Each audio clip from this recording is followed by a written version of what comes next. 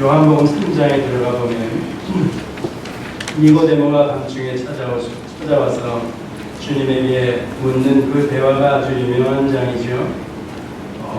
어떻게 하여야 이제 거듭나겠습니까? 이렇게 물었을 때 니고데모 말로는 모태로 다시 들어갔다가 다시 나와야 됩니까? 이렇게 늙은 몸을 가지고 그렇게 할 수 없지 않습니까? 이렇게 얘기했습니다.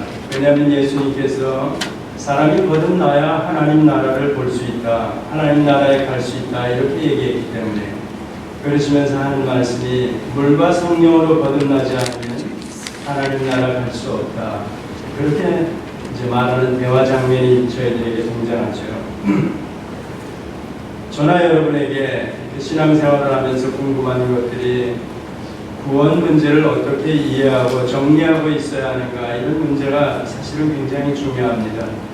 왜냐하면 질문 자체가 어떤 사람은 구원을 얻었습니까? 이렇게도 묻기도 하고, 그 물음 자체가 제 스스로가, 여러분 스스로가 자기에게 하는 질문이 될 수도 있고, 그 다음에는 오늘 제가 베드로전서 본문으로 보면 말씀으로 거듭나야 된다 이렇게 얘기하기 때문에 구원 얻었느냐 혹은 거듭났느냐, 다른 말로 조금 고급한 얘기로 얘기하면 중생을 하셨습니까? 이런 질문 자체가 전부 다 구원에 관한 것들, 제가 로마서를 얘기하면서 이신칭의로 설명드리는 그것도 마찬가지. 우리가 구원 얻은 신분이 그러면 죄와 사망으로부터냐 이러면서 의인의 신분까지 얻은 것으로 사도 바울이 설명한다. 쉽게 표현하면 구원을 얻었다. 또 다른 말로 얘기하면 하나님과 올바른 관계로 돌아왔다 이렇게 얘기합니다.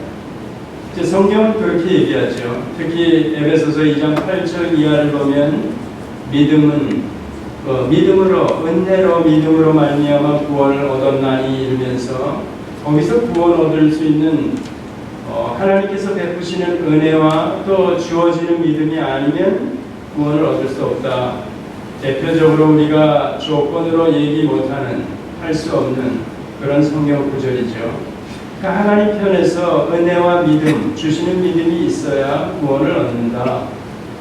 이렇게 복잡하게 몇 가지만 여러분들이 기억을 해도 구원을 얻는 것, 중생을 하는 것, 거듭나는 것, 이런 것들이 요한복음의 예수님 가르침으로 보면 물과 성령으로 거듭나야 된다, 구원을 얻어야 된다 이렇게도 설명이 되고, 오늘 본문으로는 말씀으로 거듭나야 된다 그러면서 지난주에 하나님의 말씀 곧 그 말씀으로 거듭나야 된다 이런 얘기입니다. 또 쉽게 얘기하면 여러분들이 전도 폭발이나 주변에 많은 전도하는 분들이 예수를 믿어라, 예수를 믿어라, 그리하면 너와 네 집이 구원을 얻으리라 이렇게 얘기합니다. 니고데모 대화 바로 이후에 나오는 요한복음 3장 16절에도 누구든지 예수를 믿으면 멸망치 않고 영생을 얻는다. 믿어야 된다, 믿어야 된다. 즉 믿음으로 우리가 구원을 얻는 거구나. 요한복음 3장 16절이나 사도행전 그 내용을 잘못 이해하면 우리 쪽에서, 하나님 쪽에서는 은혜를 베푸시는데 우리 쪽에서 믿어야 구원을 얻는 거구나 이렇게도 이해할 수가 있습니다. 실제 그렇게 복음을 전하기도 하고, 그런데 저희 쪽에서는 그게 아니고 은혜와 믿음으로인데 이 믿음이 우리 쪽에서 조건으로 나와지는 믿음이 아니다. 복잡했죠, 자꾸.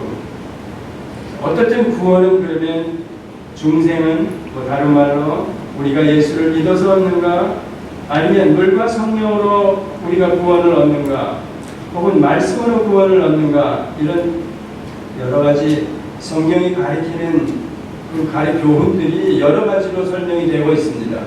그걸 여러분들이 어떻게 정리해야 되는가? 쉽게는 간단하게 정리하면 구원은 하나님 쪽에서 일방적으로 우리에게 베푸시는 건가, 우리 쪽에 조건을 보지 않고 이런 입장이 하나 있고, 그 다음에는 아니다, 하나님께서 은혜로 성자 예수 그리스도를 십자가에 죽이시며 우리에게 구원의 모든 은혜를 베풀어 주셨다. 우리가 믿어야 된다. 그 십자가를, 보혈의 공로를 믿어야 된다. 다른 말로 예수를 믿어야 구원을 얻는다.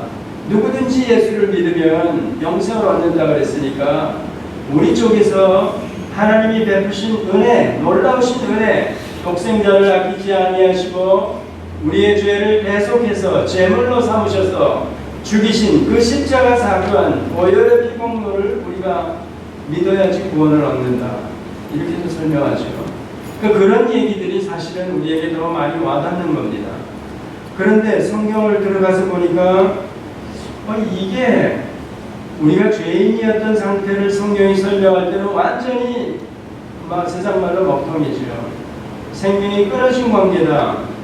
죽어있는 사람이다. 시체다. 그 시체 스스로가 아무리 복음이 전해져도 주 예수를 믿으라. 그리하면 너와 내 집이 구원을 얻는다. 전해져도 죽어있는 자이기 때문에 반응을 할 수가 없다. 이렇게 성경이 또 얘기를 합니다.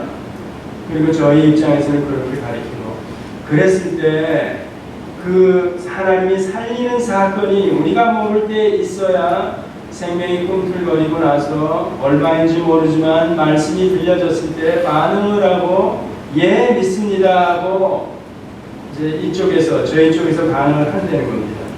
그러니까 죄인이 죽어있던 자가 살려나는 이 일은 하나님께서 100% 하신다. 이렇게 정리가 되어야 되는 겁니다. 자, 그런데 지난주에 제가 이신칭의로 설명하는 우리 쪽에서 조건이 없는 이 구원 문제를 저희들이 그렇게만 정리하고 있으면 그게 100% 하나님이 우리를 살려내셨다면 이 다음에는 우리가 세상 말로 무슨 짓을 해도 이 구원이 하나님이 100% 하신 일이기 때문에 만약에 우리가 잘못해가지고 무슨 범죄를 저질러가지고 이게 하나님께서 다시 다시 되돌려버려요. 그러면 하나님이 100% 하셨다가 우리를 도로 내팽개치는 거나 마찬가지.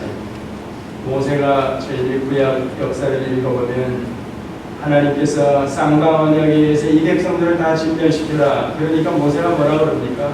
하나 중보기도 하면서 이게 웬 말입니까? 우리를 건져낼 때는 언제고 이 광야에서 죽게 하면 이방 사람들이 볼 때 뭐라 그러겠습니까? 매장지가 없어서 여기 데려나와가지고 그런 하나님이 전능하신 하나님이신가?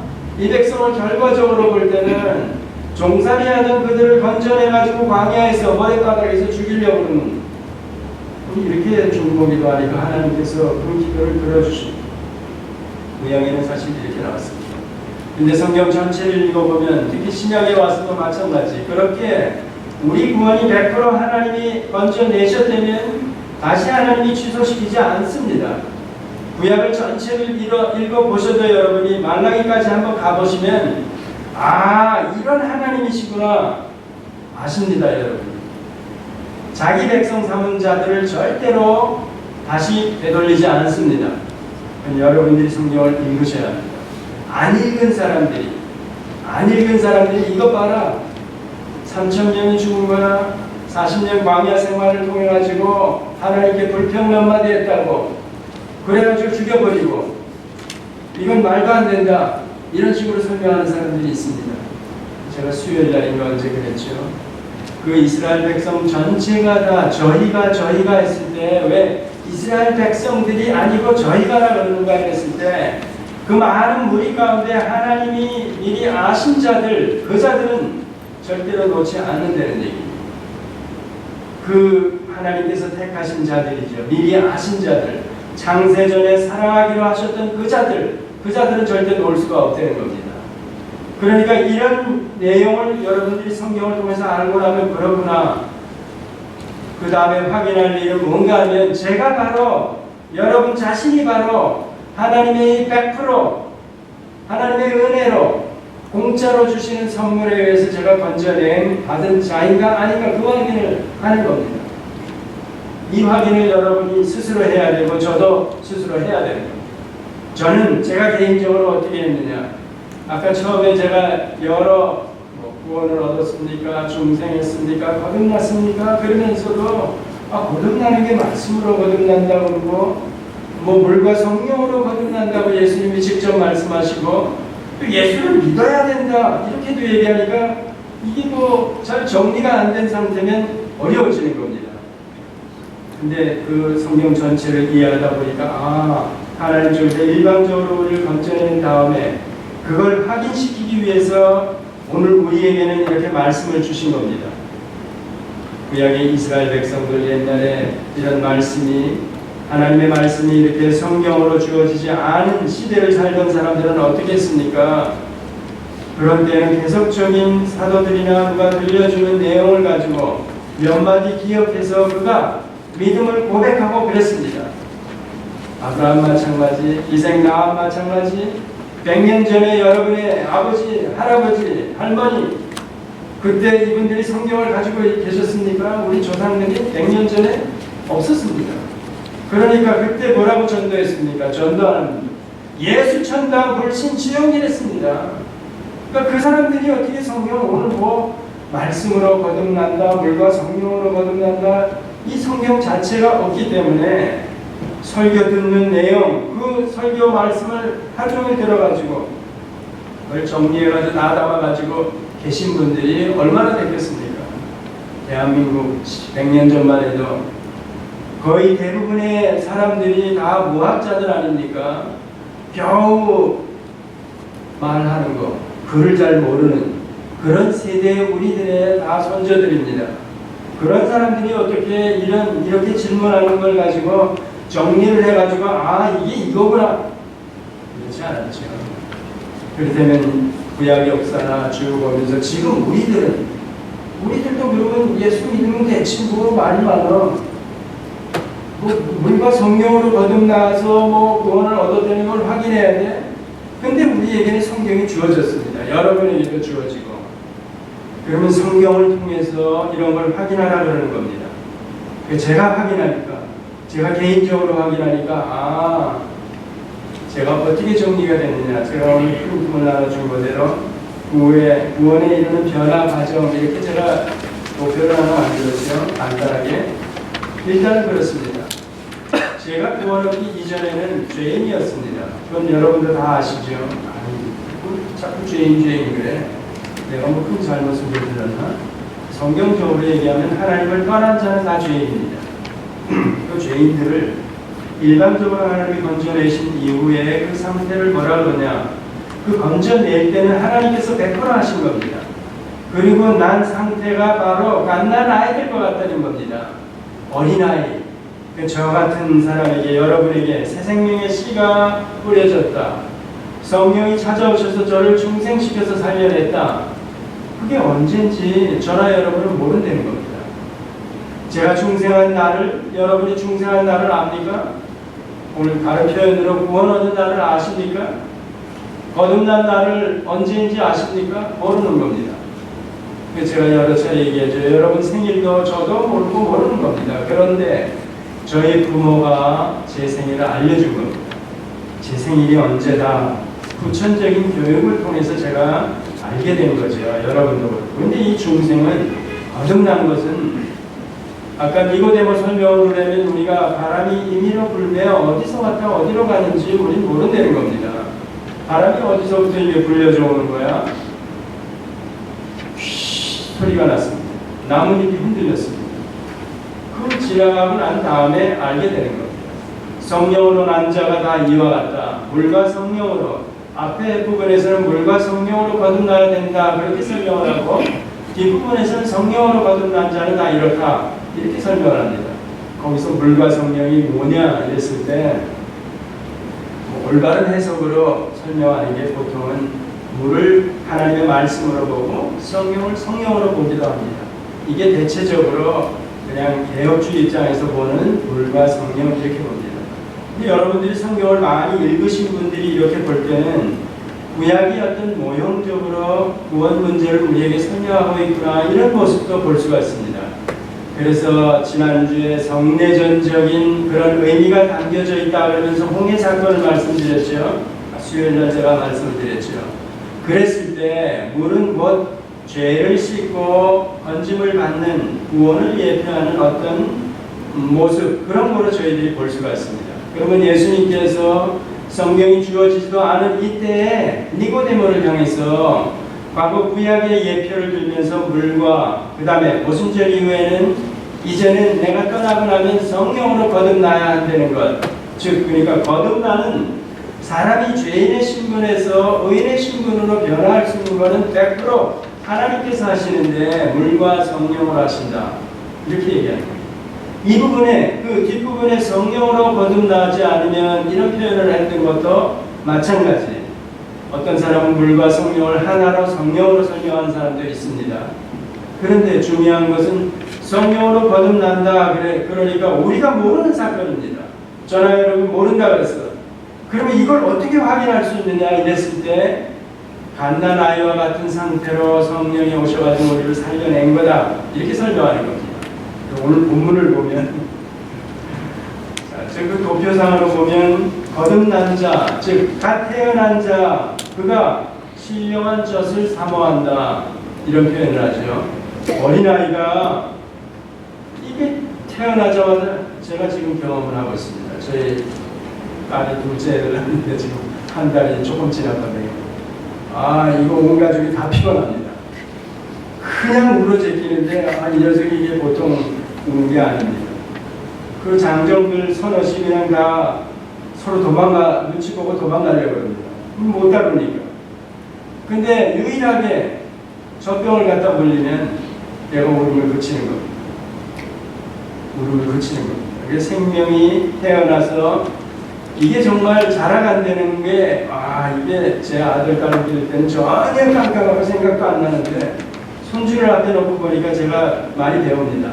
요즘 새 생명이 태어나서 어떤 과정을 거쳐서 이렇게 가는구나 하는 게 예전하고 다르게 눈에 들어오는 거죠. 또 그리고 성경을 통해서 제가 이해하려고 보니까 이 어린아이는 생명이 완전한 인격체입니다. 구조상 전부 다 보면 그리고 또 뭐 10달 동안 있을 때에도 이렇게 슈트해가지고 뱃속에서 자라면서도 뭐 애들이 그 소리를 다 듣는다 그럽니다. 제가 기록을 보니까. 그러니까 이미 그 안에서도 한 인격체로 생명이 소중한 거 하나님께서 허락하셨기 때문에 그러니까 이 인격체를 어떻게 다뤄야 되는가 이런 문제가 있는데 얘는 말이 통하지 않지 않습니까? 그렇게 물어도 그냥 젖병을 갖다 물리는 거 외에는 방법이 없는 겁니다. 우선은 점점 자라가면 얘가 말귀를 알아듣고 이제 대화를 하고 이렇게 되는 거죠. 하나님께서 우리를 중생, 거듭남, 100% 은혜로 우리를 은혜로 믿음으로 우리를 건져내셨다. 선물이다 이게. 너를 살려낸 게. 그러면 우리가 중생을 했다, 내가 거듭났다 하는 것을 처음부터 제가 교회 나와서 나 의인이야, 나 구원 얻었어. 잘 안 되는 겁니다. 우리는 어떻게 확인해야 되는가? 내가 이거 아직 저지나 빨고 있는 자가 아닌가? 히브리서도 나오고 그렇습니다. 이 말씀의 초보에 말씀을 제대로 모르면 제가 구원을 얻었는지 아닌지 자체도 확인이 안 되는 겁니다.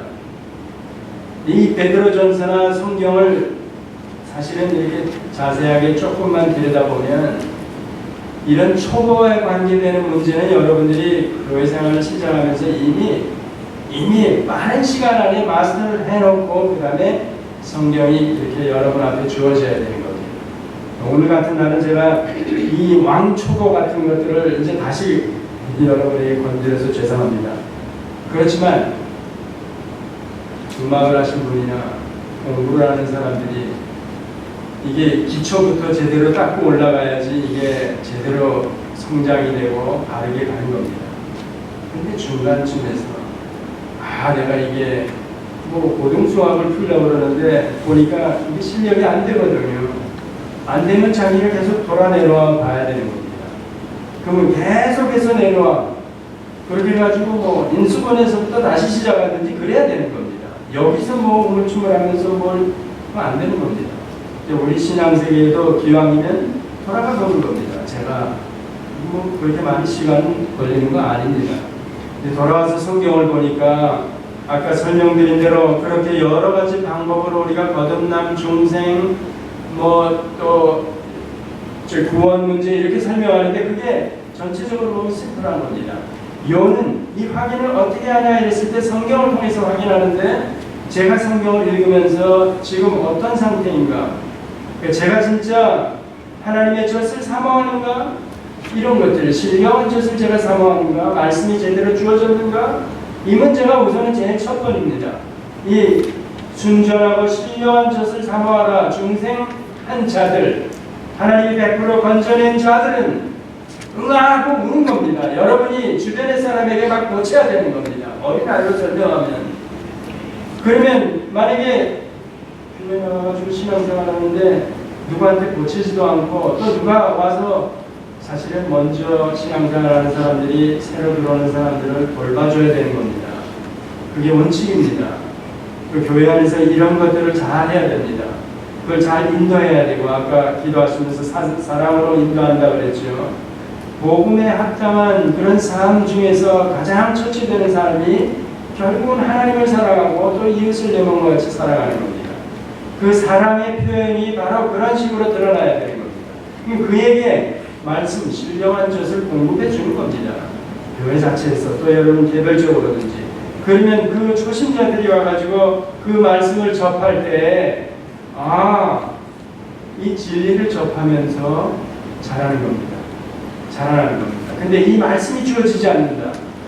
죄송하지만 만약에 여러분들이 이제까지 신앙생활해온 연륜이 10년이고 20년이고 길어도 만약에 이런 과정을 거치지 않았으면 여러분 다시 돌아가야 됩니다. 다시 돌아가서 말씀으로 제가 진짜 거듭났는가, 니고데모처럼 밤중에 찾아와가지고 예수님에게 묻는 거죠. 여러분 주변에 누구한테 이거 뭐 자꾸 이러는데 이거 진짜 나는 구원 받았습니까? 이거 어떻게 확인하는 겁니까? 그랬을 때 말씀으로 확인하는 겁니다. 첫째, 그 신령한 젖이 주어지면 자라면서 자기가 이제 소리가 들리고 자기가 말도 하게 되고 그러는 겁니다. 그 과정으로 우리의 신앙 성숙을 설명하는 겁니다. 제가 오늘 제목으로 삼은 구원에 이르도록 자라가야 하는가, 이 질문 자체는 어떤 사람이 시비를 걸 수도 있습니다. 이 질문 가지고 제가 도표 그리는 그 타이틀 가지고도 시비를 걸 수가 있습니다. 그건 아닙니다. 우리 구원에 이르도록 우리 쪽에서 어떤 과정을 거치느냐 이랬을 때 우리는 시작 자체를 하나님이 100% 하신 것이기 때문에 이게 절대 취소될 수가 없습니다. 또 우리 이런 과정을 가야 나중에 완전한 구원에 이르고 이런 얘기가 아닙니다. 여러분은 다 이해하십니까? 이 부분을 만약에 시비 걸면 곤란해지는 거죠. 그 질문 자체가. 그러니까 이 질문은 구원 얻은 자, 진짜 100% 하나님의 은혜로 건짐을 받은 자들이 그 이후에 나의 구원을, 거듭남을 어떻게 확인하면서 어떤 과정을 거쳐가지고 결국은 구원에 이르는가, 이 과정이 꼭 필요하고 이 과정은 반드시 나와줘야 되고, 이것 때문에, 이 과정 때문에 제가 완전한 구원에 이르는 건 아닙니다. 왜? 그건 시작 자체가 하나님이 시작을 하신 일이기 때문에. 제가 지난번에 다른 말로는 아브라함의 믿음을 설명드렸죠. 그도 죄인일 뿐인데, 죄인 중에 하나일 뿐인데 그를 하나님이 은혜로 건져내가지고 바로 이제 얼마 되지도 않은 그에게 12장에서 내 후손으로 말미암아 어떤 약속을 해줍니까? 하나님 나라를 그리게 해주는 겁니다. 그리고 그 이후에 아브라함의 생애를 보니까 엎치락뒤치락하면서 우리말로 얘기하면 와이프 지 생명 구제하려고 2번씩이나 와이프를 그냥 팔아넘겼네, 이렇게도 할 수 있지 않습니까? 근데 그런 과정을 겪어가면서 결국은 이삭을 잡는 자리에까지 갔다. 그래서 아브라함의 부르심 자체가 그 말을 다른 말로 얘기하면 영화가 보장된 부르심이다, 이렇게 설명을 했죠. 그러면 우리도 죄인 가운데 건져짐을 받은 것 자체가 하나님 나라를 이미 얻은 자로 불렀다는 겁니다. 그 설명을 로마서에서 사도 바울이 하는 겁니다. 이신칭의로. 그래서 8장에 우리가 구원 얻은 자, 이걸 성경을 통해서 확인하고 나면 아버지 그런다는 겁니다. 그럼 아버지 쪽에서는 성경에서 우리를 보고 부사다, 너 내 아들과 딸이다, 상속자다, 이런 얘기입니다. 이 땅에 있는 것으로 썩을 것으로 우리를 많이 채워준다는 얘기가 아니라 하나님 나라, 하나님이 가지고 계신 그 모든 것들을 나 이거 내 거다, 이런 얘기입니다. 그 구원이라는 겁니다. 근데 이 구원을, 이 과정을 오늘 본문을 통해서도 잘 가르치고 여러분들이 아셔야만이 흔들리지 않습니다. 지난주 같으면 저희 개혁주의 안에서도 이거 뭐 이신칭의로 설명하는 한 번 얻은 구원 취소시키지 않는다.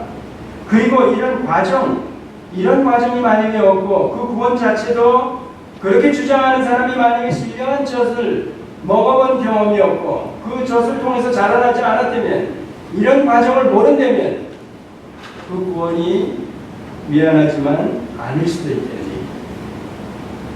아니면 계속해서 어린아이 상태, 젖이나 빨고 있는 상태든지, 그 얘기입니다. 그러니까 오늘 이 베드로전서 보면, 그래서 2장 1절 거기서 뭐라고 얘기합니까? 우리가 이전에 있던 그 자리를 설명하는 겁니다. 모든 악독과 괴율과 시기와 외식과 비방하는 말, 이런 자, 이게 다 들어간 건 아니죠. 로마서로 저희들이 더 설명을 충분하게 할 수 있죠. 그런 자들인데 그 베드로전서 1장서부터 쭉 시작해가지고 말씀으로 거듭난 자들, 그들은 그러면서 그 이전에는 이런 사람이었는데 이제 신령한 젖이 주어지고 그걸 사모하는 자가 되고, 그 다음에는 제가 여러분 이해를 돕기 위해서 이렇게 그려놨죠. 성장기에는 이제는 하나님의 말씀이 주어지고 이제 어느 정도 크고 나면 제가 알아야 될 것들을 이제 많이 알게 되는 겁니다. 배우고 알고 가르침을 받고 이러는 거죠. 그 다음에 성숙기에 들어가서는, 저나 여러분들 18살 성인이 된 이후에는 그때는 더 잘하지 않아도 되는가 이랬을 때, 이때는 성숙기에 들어가는 겁니다. 제가 알고 배운 것들을 가지고 지키고 그러는 겁니다. 그러니까 그 이전에 제가 젖이나 빨던 때하고는 지금 성숙기에 들어와 있어가지고는 변화된 사람의 모습으로 드러나야 된다는 겁니다. 성장기에는 엎치락뒤치락 하면서 아브라함의 생애 2번이나 그런 거 나올 수 있습니다. 여러분에게서도 그렇고 저도 그렇고. 그런데 여러분의 구원이 그 시작한 일을 하나님이 시작하셨고 이제 오랜 세월이 지났다면 지금쯤은 어떻게 해야 된다고요? 지지난주 얘기로는 하나님의 명령을 순종하면서 하나님의 거룩함을 드러내 제가 순종하는 삶을 살아. 야, 이래라 저래라. 우리의 구원이 부자지간으로 회복된 관계라면, 아버지, 이 말씀이요? 예, 제가 순종하며 살겠습니다. 그러면 그 자체가 곧 뭐라고요? 거룩을 드러내는, 하나님의 거룩을 드러내는 그런 삶이 되는 겁니다. 그러면 그런 사람들이 언제 드러나는가 했을 때 성숙기에 들어와 있습니다. 그러니까 성경을 보면 자꾸 그런 걸 확인시켜 주는 겁니다. 어렸을 때 또 성장기를 거쳐 성숙한 내가 상태에 있느냐? 이 성숙한 상태에 있는 사람 보면 뭐라 그럽니까? 이 베드로전서 시작하면서 흩어진 나그네 애들, 지금으로 얘기하면 지금도 포함됩니다. 너희가 살아가면서 힘드냐? 믿음을 지키기가 힘드냐? 그 얘기입니다. 진짜 힘들다면 옛날로 다시 돌아보아. 너 옛날에 어떤 자였어? 너 온갖 괴율과 악독과 시기와 비방, 온갖 죄덩어리이지 않았어? 그런데 하나님이 널 건져내서 신령한 젖을 먹이고 말씀을 너에게 배우고 가르침을 받아서 이제는 어느 단계에 너 와 있느냐, 이런 얘기입니다. 그런데 베드로는 이미 이런 성숙한 단계에 있는 것으로 알고 얘기하는 겁니다.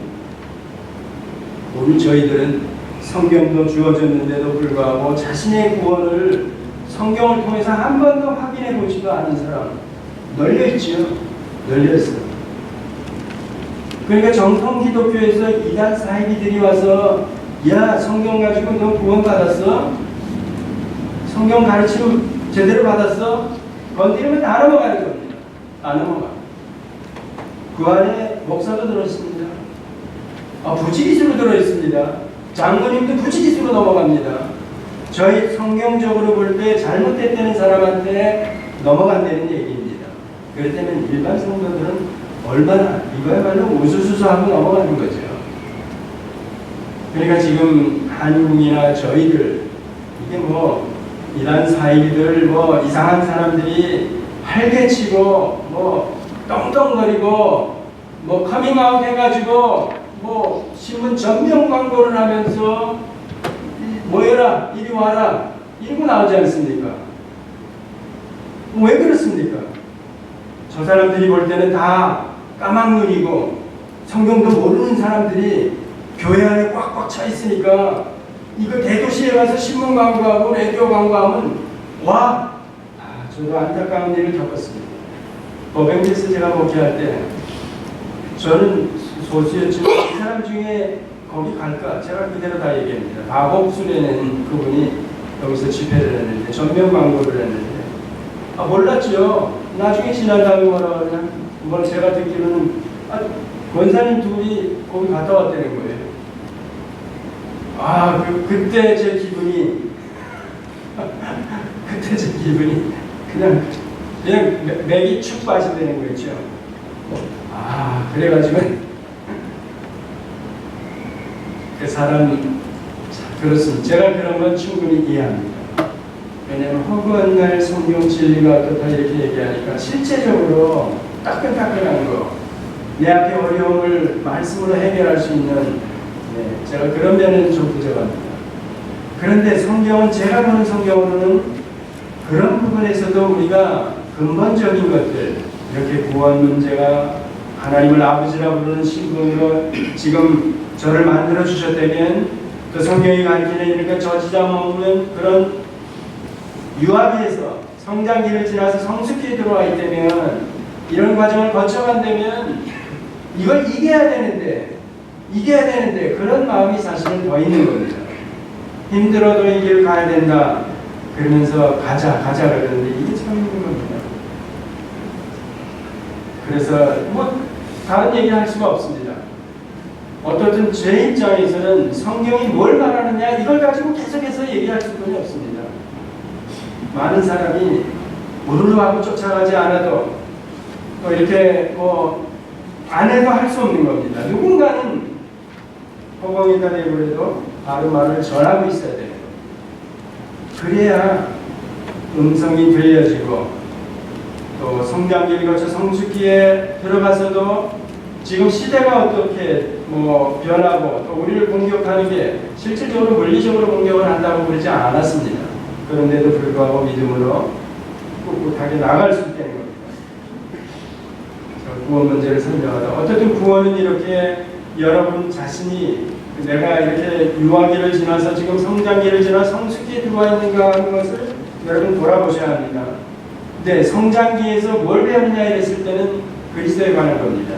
예수 그리스도에 관한 것. 그 얘기가 성경을 보면 너무나도 많이 나와 있습니다. 오늘 본문도 이 흩어진 나그네들, 핍박을 받는 그들에게 베드로가 뭘 설명하느냐. 시작하면서 서두에도 삼위 하나님께서 베푸신 구원이 얼마나 놀라운가 이렇게 설명하고 난 다음에 실질적으로는 오늘 본문 들어가면서는 1장 23절에서부터 25절까지 얘기하는 겁니다. 그 부분을 너희가 거듭난 것이 썩어질 씨로 된 것이 아니요 영원한 하나님의 말씀으로 되었다.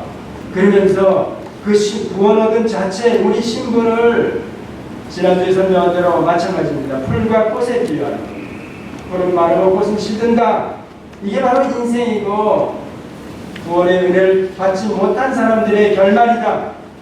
내가 살아가면서 추구했던 모든 것들도 결국은 꽃이 시드는 것 같이 시든다.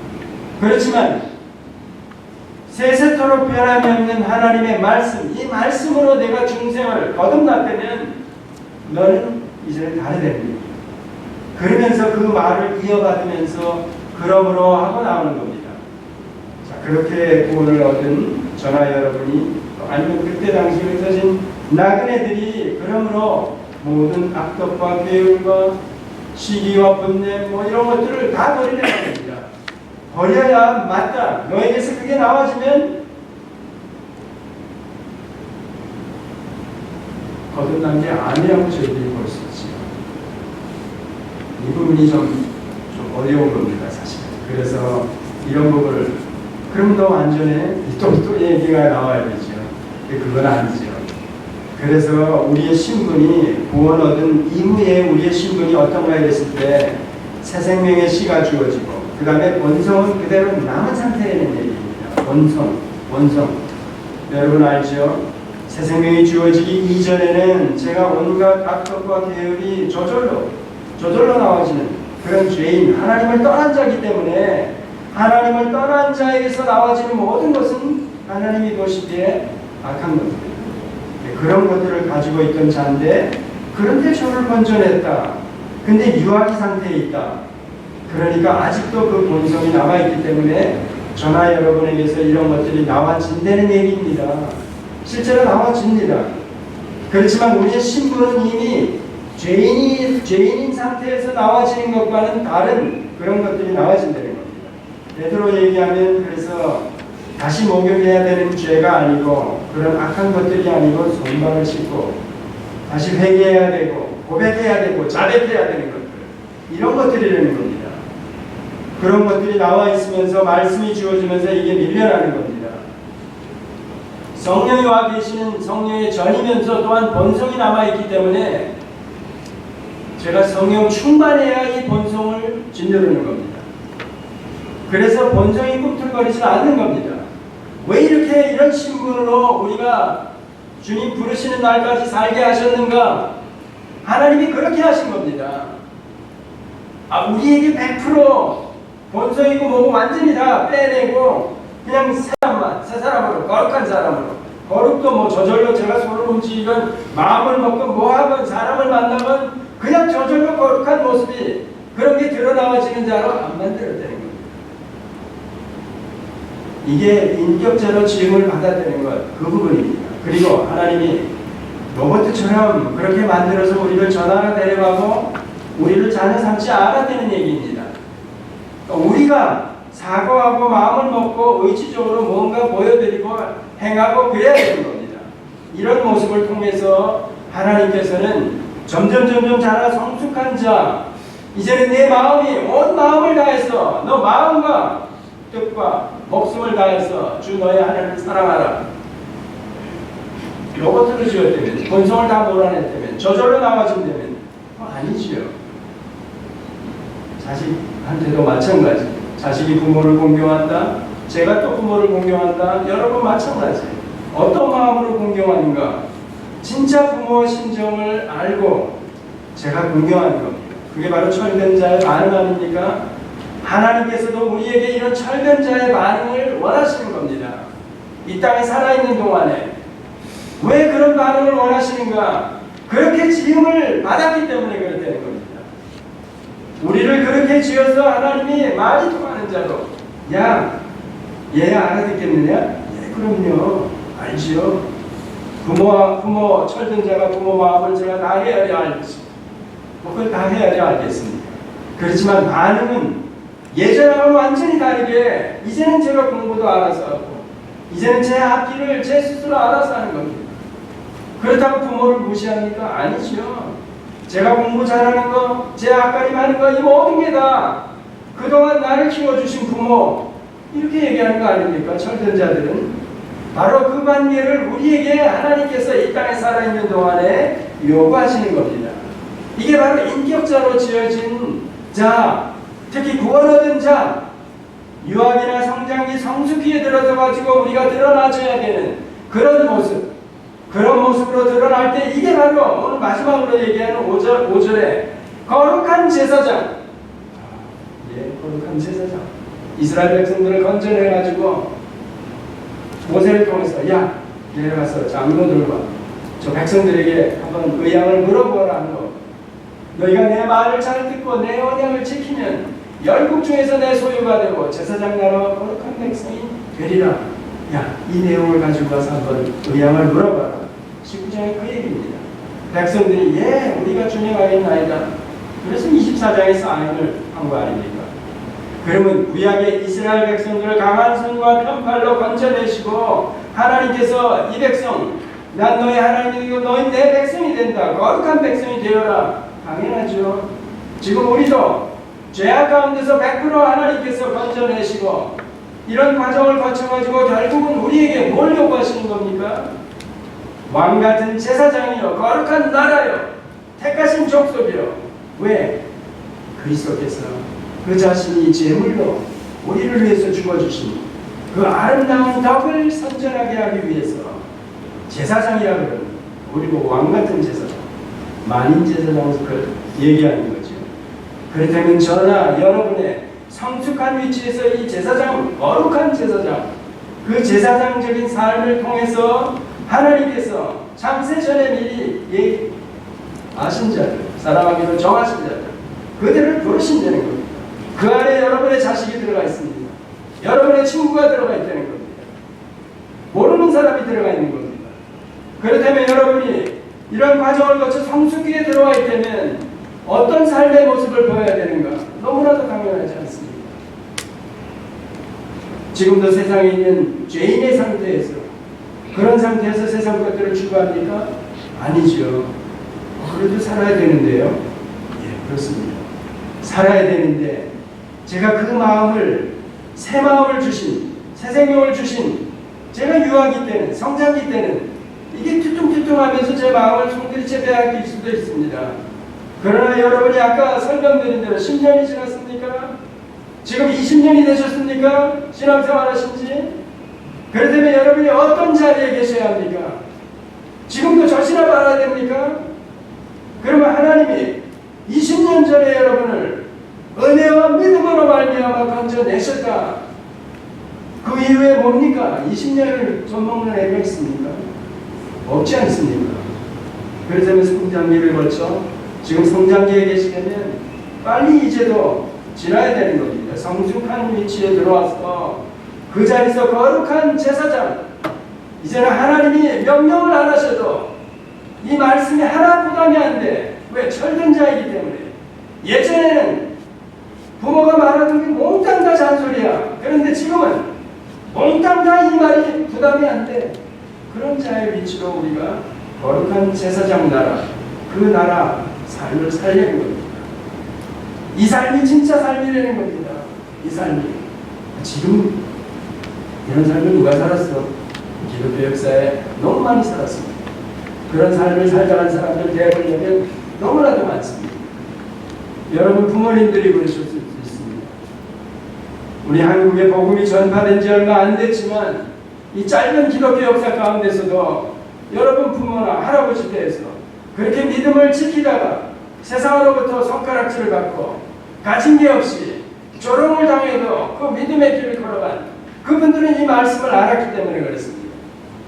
거룩한 제사장으로 그런 삶으로 사 영원한 삶을 우리에게 이미 보장해주고 영생을 얻었다 이렇게 설명하는데 이 구원 때문에 이게 다시 취소치 않는다. 이것도 아름당상이네. 막판 돌아도 되겠네. 이렇게 나오는 사람이 실제로 있습니다. 그런데 반면에 기독교 역사에 보면 이런 구원을 얻었다면 바울은 빌립보서에서 그랬습니다. 나 이 개인적으로 생각하면 내가 빨리 주님 나라에 가고 싶습니다. 주님을 만나고 싶습니다. 그런데 주변을 보니까 이 복음을, 이 놀라운 복음을 내가 증거해야 되기 때문에 내가 뛰는 자로, 달리는 자로 살아야 되겠습니다. 이랬습니다. 그렇다면 여러분과 저도 이제 남은 인생을, 아니면 프라이어리티가 바뀌는 겁니다. 우선순위가 주님을 위해서 하나님의 명령이라면 그리고 가야 되는 겁니다.